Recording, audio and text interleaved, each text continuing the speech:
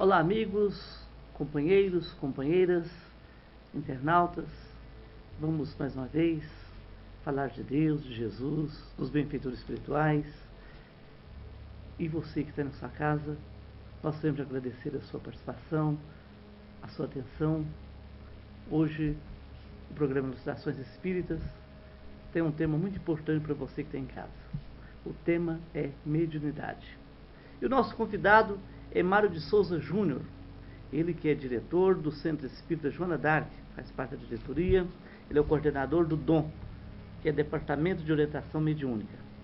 O tema, como eu já disse, é mediunidade, que nós vamos estar hoje aqui conversando, fazendo pergunta ao Mário de Souza sobre esse tema tão importante para todos nós. Mário, agradecemos a sua participação, sua presença, seja bem-vindo. Nós agradecemos, Maurinho, pela participação no teu programa. Queremos realmente felicitar todos os ouvintes que assistem o programa Elucidações Espíritas de tratarmos um tema tão importante que é a questão da mediunidade, né, nos dias de hoje, e que nós possamos contribuir com este tema, auxiliando, dentro das nossas limitações, aqueles companheiros realmente que buscam entender um pouco mais sobre a mediunidade. Muito bem. Mário, mediunidade, médio, quer dizer meio, intermediário. Sempre existiu mediunidade ou, Mário, é uma coisa de Kardec para cá? Sim, a questão da mediunidade, ela na história sempre existiu, né? O que nós temos de deixar bem claro, a questão da mediunidade, ela sempre foi tratada como mediunismo, né? A partir de Allan Kardec, realmente, da doutrina espírita, com a codificação da doutrina, é que nós conseguimos realmente passar a ter realmente uma diretriz melhor com relação a esse procedimento, a questão da mediunidade. Mas ao longo da história, tanto no Velho Testamento e várias obras, né, sempre foi uma prática comum na história com relação ao mediunismo. O próprio, se a gente for imaginar que aquele que recebeu os 10 mandamentos, Moisés, ele era médium. Sim, Moisés era um médium inspirado, né? Ele foi inspirado para que realmente fizesse, né, recebesse os 10 mandamentos, né? Hoje Allan Kardec classifica a mediunidade de Moisés como a mediunidade de inspiração, né? Ele realmente teve essa intuição e realmente fez os 10 mandamentos, né? Colocou na forma que nós conhecemos, né? E realmente hoje é utilizado até hoje pelas comunidades realmente que utilizam como um Deus único, né? Tá certo. E mediunidade, todas as pessoas podem dizer que é médio ou isso aí uma exclusividade para algumas pessoas? A mediunidade, se você pegar a questão 459 do Livro dos Espíritos, quando Allan Kardec perguntou aos benfeitores, né, se os espíritos influenciam nas nossas ações e nas nossas vidas, a resposta deles, de ordinário, são eles que vos dirigem, nós entendemos que todos nós somos médiuns, todos nós recebemos essas influências, né?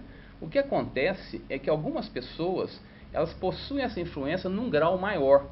Aí sim, Allan Kardec colocou como médiuns, ou seja, eles apresentam uma ostensividade, uma propensão maior de ter comunicação com o mundo espiritual. Então, na realidade, todos somos médiuns, mas convencionou-se que médium é aquele que recebe essa influência com maior grau. Quer dizer que a mediunidade, então, não é uma coisa exclusiva da doutrina espírita? De forma alguma. Como nós já dissemos no início, ela sempre existiu, né? A doutrina espírita simplesmente veio direcionar a forma correta para que a gente possa desenvolvê-la buscando Jesus, né? Nós colocamos a mediunidade como um caminho para que a pessoa possa ser feliz. Na realidade, o que o Allan Kardec colocou para nós, através dos benfeitores espirituais, é uma metodologia para que nós possamos desenvolver essa mediunidade com Jesus. Tá, para algumas pessoas que nos acompanham, a maioria não conhece a doutrina espírita, não estudou ainda, eles pensam, mediunidade seria aquela pessoa que faz orações, que benze, que faz uma prece sobre uma pessoa. Uma pessoa muitas vezes procura levar uma criança para benzer, para rezar para aquela criança, para uma pessoa acamada. Esse tem uma exclusividade de ser médium ou ele é igual os médios são todos iguais? Eles também são médiums, né? Só que inconscientemente eles não sabem que são médiums. São tratados como outros nomes, né? Benzedeiras, curandeiros, assim por diante. Mas todos são médiums, né? São médiums de cura. Allan Kardec classificou esse tipo de mediunidade também. Só que eles não percebem, então, em cima de uma fé que eles têm, da religião deles, eles trabalham de tal forma que realmente eles também conseguem o resultado que a mediunidade cura. Às vezes sem conhecer dos mecanismos que a doutrina espírita trata de forma clara, mas não deixam de ter seus valores. Inclusive na história conseguimos curas surpreendentes com companheiros que não são espíritas e que utilizam do mesmo mecanismo que se utiliza dentro da doutrina espírita. Tá, o Allan Kardec, então, o codificador, ele classificou a mediunidade em vários pontos, em vários mecanismos, seria assim? Sim. E que seria o quê? Mediunidade de audição. Sim. É o psicofônico, um indivíduo que o quê? Isso. Ele fala por inspiração. O que é interessante notar, Maurinho, que na realidade a mediunidade, Allan Kardec classificou em dois tipos de mediunidade. As mediunidades, os médiuns de efeitos intelectuais e os de efeitos físicos, né? Sim. Então, dentro dessa amplitude de classificação, nós encontramos várias separações. Quando você pega a mediunidade de efeitos físicos, né? Aí você utiliza, tem vários, o próprio livro dos médiuns cataloga vários tipos de mediunidades, né? Aí entram a questão da materialização e outros mais, né? Com relação aos efeitos inteligentes, os efeitos intelectuais, aí entra assim a psicofonia, a psicografia e vários outros, a audiência, a vidência, né? Temos a intuitiva e assim por diante. Existem vários tipos de mediunidades que Kardec coloca de acordo com realmente a capacidade do próprio médium estar utilizando daquele dom que Deus permite que ele esteja usando naquele instante, naquela vida, na etapa reencarnatória, né? Tá, mas para a gente entender, quer dizer que quando o médium que psicográfico recebe a mensagem de um ente querido, o espírito está pegando na mão dele lá e escrevendo, como é que é o sistema? Como é que é essa ligação? Também, com relação à psicografia, nós temos a mediunidade realmente, né? A mecânica, a semimecânica, né? O mecânico seria o espírito toma a mão dele. Isso, a mecânica, o que acontece? Veja bem, na realidade, vamos pegar uma mediunidade mecânica, né? Na psicografia, o que acontece? Sempre, o que as pessoas precisam entender, que a mediunidade é um processo feito de processo de inteligência a inteligência, né? Então, quando o médium está psicografando, ele simplesmente está recebendo o pensamento daquele espírito através do seu próprio pensamento, né? O médium, e ele faz os movimentos mecânicos lá da mão sem ele ter consciência. Só que é bom entender o seguinte, a consciência, ele não lembra, mas ele não está inconsciente. É deixar isso bem claro, o médium sempre ele participa do fenômeno. Não existe mediunidade em que o médium não participa do fenômeno. Ele, mesmo classificado como inconsciente, ele está participando.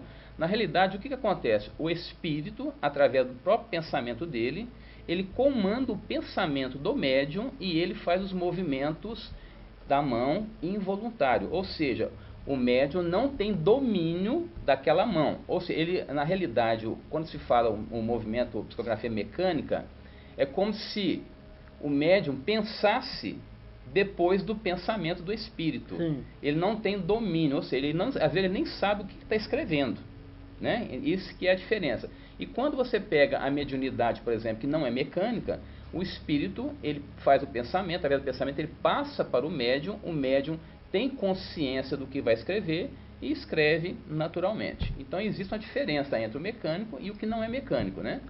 Vamos voltar lá no início, né, que você falou do mediunismo.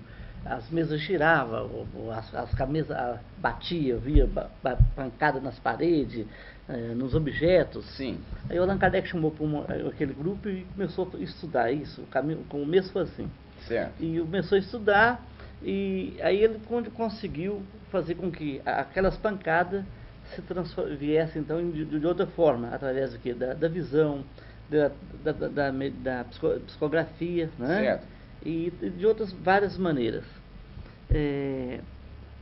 Hoje, o mais comum hoje, nós podemos dizer, é a psicografia ou ela está... Não, veja bem, nós não podemos dizer que o que é mais comum, né? Na época de Allan Kardec, foi necessário esses movimentos, né, mais as mediunidades de efeitos físicos, para chamar a atenção, porque era uma ciência nova, né?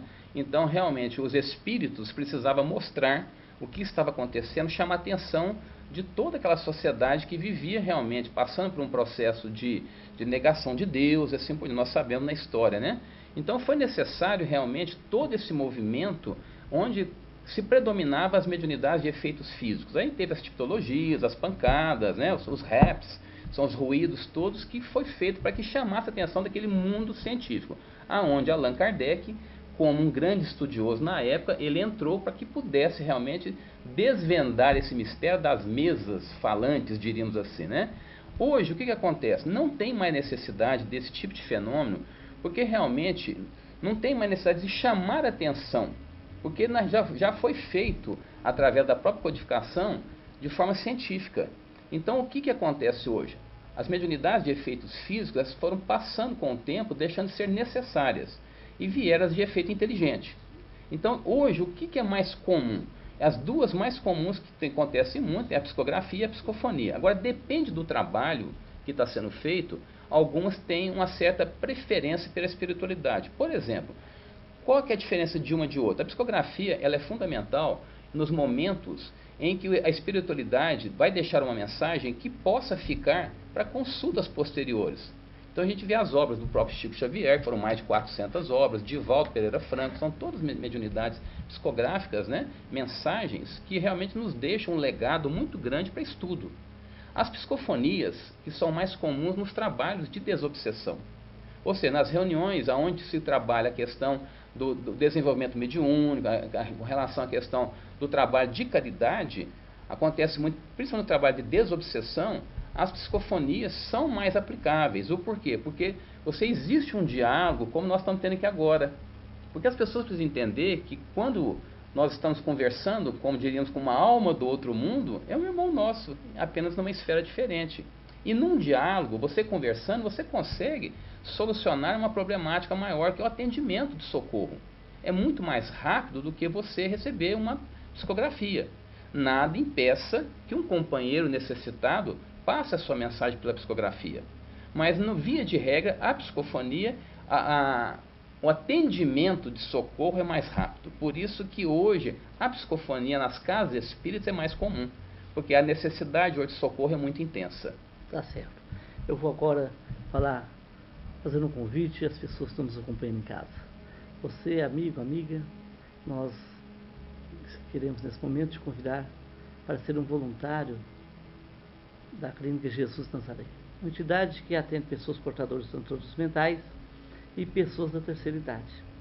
A clínica precisa da sua ajuda. Você pode marcar uma visita, você pode levar suas doações pessoalmente, marcar um dia para fazer um trabalho de voluntário. Olha, você pode ligar no telefone 3235-3129, 3234-8712. Nós aguardamos você para ajudar essa entidade. Retornando então com Mário de Souza Júnior, ele que é coordenador do DOM. DOM significa Departamento de Orientação Mediúnica do Centro Espírita Joana d'Arc, situado na Rua Tuiutaba 633, no bairro Aparecida. E nós, com o tema que nós estamos hoje trabalhando, mediunidade, né? Como existe a mediunidade mecânica, que o espírito assume a mão do indivíduo, né?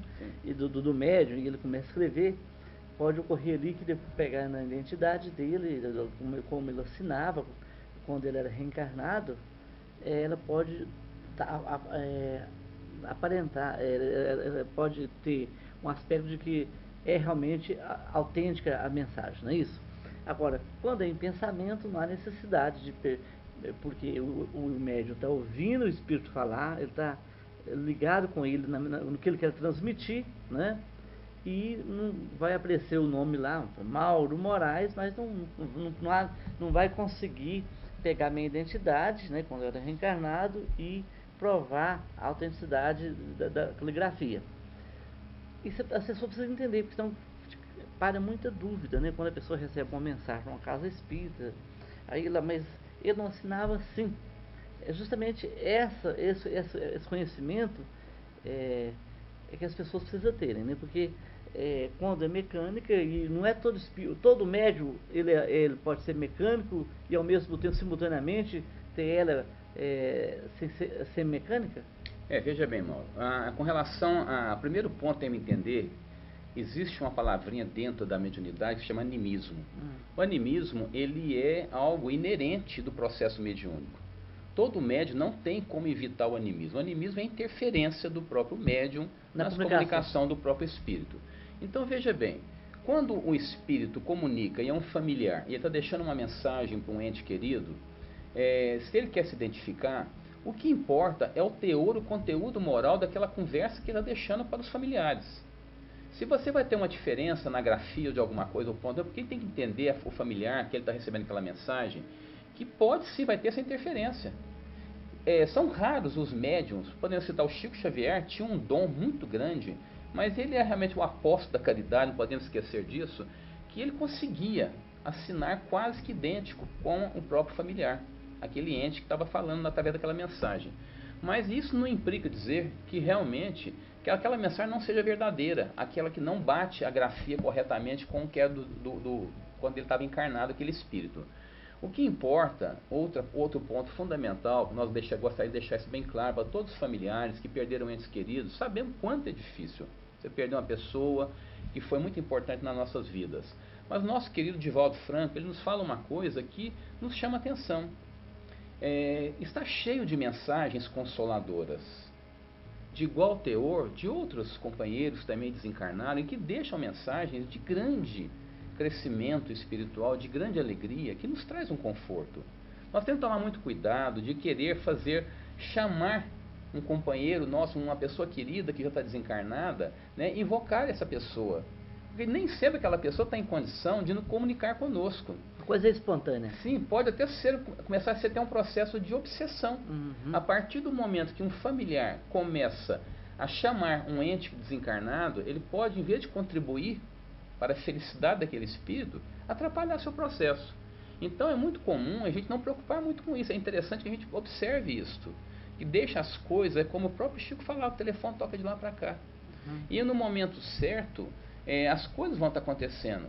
O importante é que nós entendemos que a vida continua. E que não tem necessidade de um familiar meu querido deixar uma mensagem para mim para que eu acredite que a vida continue. Então é importante entendermos que todos somos filhos do mesmo Pai. E que o importante é eu utilizar das mensagens que já existem para que eu possa fazer o meu próprio consolo e ajudar aquele ente querido. Então que a gente evite ficar buscando mensagens de companheiros, familiares queridos que já desencarnaram. Nem sempre isso é um processo adequado e salutar para o próprio espírito e para os próprios familiares, né? Tem que acontecer espontaneamente. Espontaneamente, acontecer espontaneamente. Voltando assim, na fala, quem recebe uma mensagem, muitas pessoas buscam assim, o que ele comunicou. E eu lembro uma vez que uma comunicação, a pessoa da família não entendia por que ele colocou algumas palavras ali, que eles mesmos, irmão deles, os irmãos familiares, não conheciam aquela linguagem, né? Aí veio, a mãe dele falou assim, não, ele era caçula, vivia mais tempo, assim, ele, todas as vezes que ele tomava banho, penteava o cabelo e falava essa palavra para mim. Foi um momento que ele deixou para provar para que ele era ele. Então, assim, muitas vezes não é a escrita que vai bater, mas é a fala que ele está transmitindo. Exato. Que eles conseguem entender que realmente é uma mensagem, né, verdadeira daquele ente querido que partiu. Mas a visão, como é que nós vamos imaginar a visão? Eles vão mostrar os quadros para nós, a gente vai ver, como é que é? A gente vai, o que? O sexto, sétimo sentido, o que seria? Depende, né? Nós temos dois tipos de visão, a passiva e a ativa, né? Tem a evidência, diríamos assim, a passiva, que na realidade os espíritos projetam na nossa mente aquilo que eles gostariam que nós víssemos. Então é um tipo de evidência. Quadro. É um tipo de evidência mais comum. Né? É o mais comum. Inclusive, nós temos que tomar muito cuidado, que é a evidência que leva a maior índice de erros, que pode ser uma criação da própria imaginação do próprio médium. Então, num trabalho mediúnico, às vezes os espíritos projetam a imagem que eles gostariam que nós víssemos e são projetados aquela imagem, né? E tem a evidência ativa, que assim, é uma expansão do perispírito em que o próprio médium, ao que ele expande o espírito, ele consegue ver através dos olhos do espírito, do espírito. Então é diferente, é uma visão ativa. Essa não tem fator de erros. Inclusive não pode estar com o olho fechado. Essa é mais difícil. A ativa é mais difícil. Quando o espírito tem... Fecha o olho e está vendo. Quando ele tem essa faculdade, que é mais rara hoje, ele consegue ver nitidamente o espírito e conversar com o espírito. Ele relata, né, coisas belíssimas. Não que a passiva não seja importante, mas é a que é a mais comum. Mas o próprio Allan Kardec nos fala para tomar muito cuidado, que pode ser fruto da imaginação do próprio médium. Então, se ele relatar um quadro dentro de um grupo mediúnico, de alguma coisa da espiritualidade, ele tem que ter muito bom senso, para ver se ele não está relatando algo que é da imaginação dele. Mas são dons maravilhosos, belíssimos, que auxiliam muito num trabalho mediúnico, mas diríamos assim, eles auxiliam, mas eles não são assim, indispensáveis.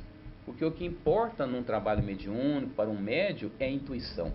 E a intuição você faz através do seu próprio desenvolvimento moral, através do estudo, da melhoria de conduta.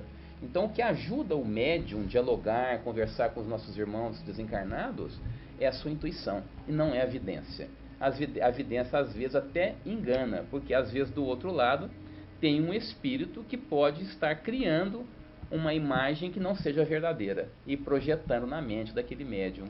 Então a intuição não, a intuição ela vai muito da moral, do desenvolvimento do médium, do estudo. Tá. Você fala assim, eu quero ir frequentar um centro espírita e desenvolver a mediunidade. Como é que é desenvolver mediunidade? Existe exercício? Pois é. Isso é um conceito que o próprio estudo da doutrina vem mudando muito, né? Alguns anos atrás, não vamos pontuar quantos anos atrás, mas quando a pessoa apresentava um problema e chegava um problema assim que o pessoal falava, isso é espírito, alguma coisa tal, está incorporando, é um termo, né, que nem se usa mais hoje, voz, né? Hoje ainda se usa, está incorporado. Então, na realidade, é um termo que foi colocado... Inadequado. É inadequado, né? Ele não é apropriado. Na realidade, o espírito não entra no corpo. Na realidade, ele está mediunizado, diríamos assim, né?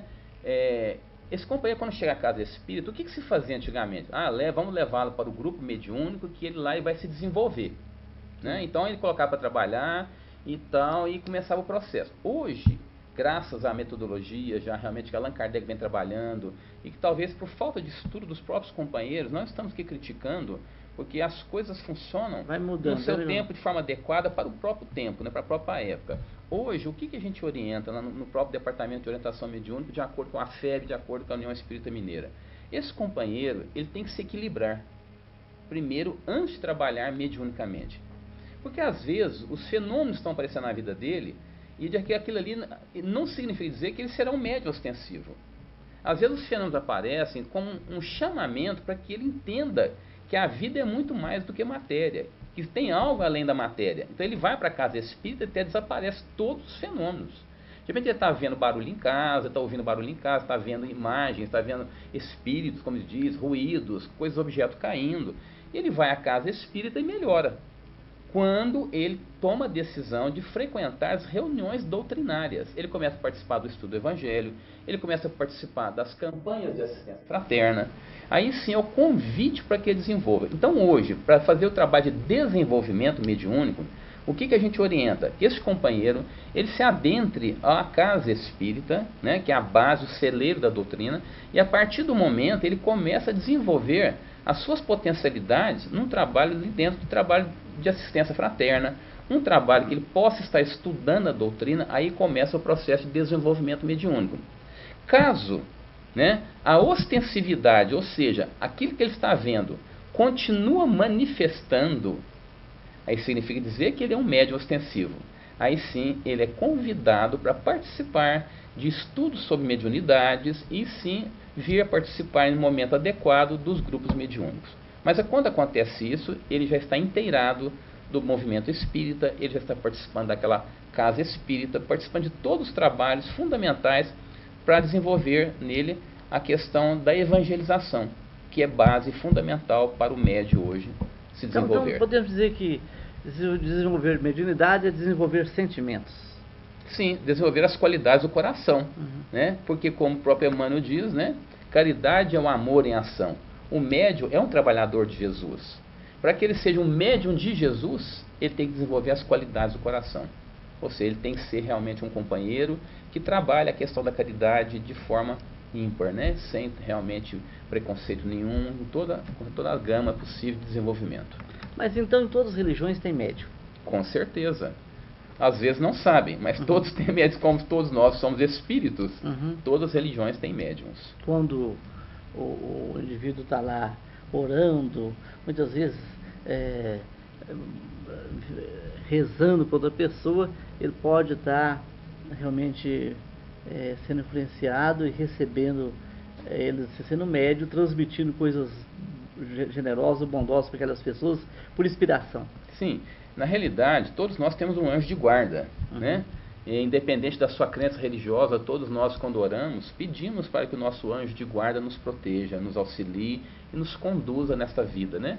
Nesse processo de pedirmos o auxílio ao anjo de guarda através da oração, nós estamos num processo de mediunidade, né? Recebendo a influência dele. Frequentar numa casa espírita, ser espírita, não há necessidade de desenvolver mediunidade. Ou é importante? Veja bem. Você pode frequentar uma casa espírita, ser espírita não precisa ser médio de comunicação, de fenômeno.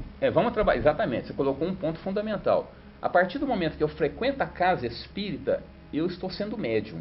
Ou seja, eu sou médium na assistência fraterna, eu sou médium numa palavra amiga quando eu recebo alguém na casa espírita, eu sou médium quando eu realmente estou fazendo a sopa para aquelas crianças que necessitam.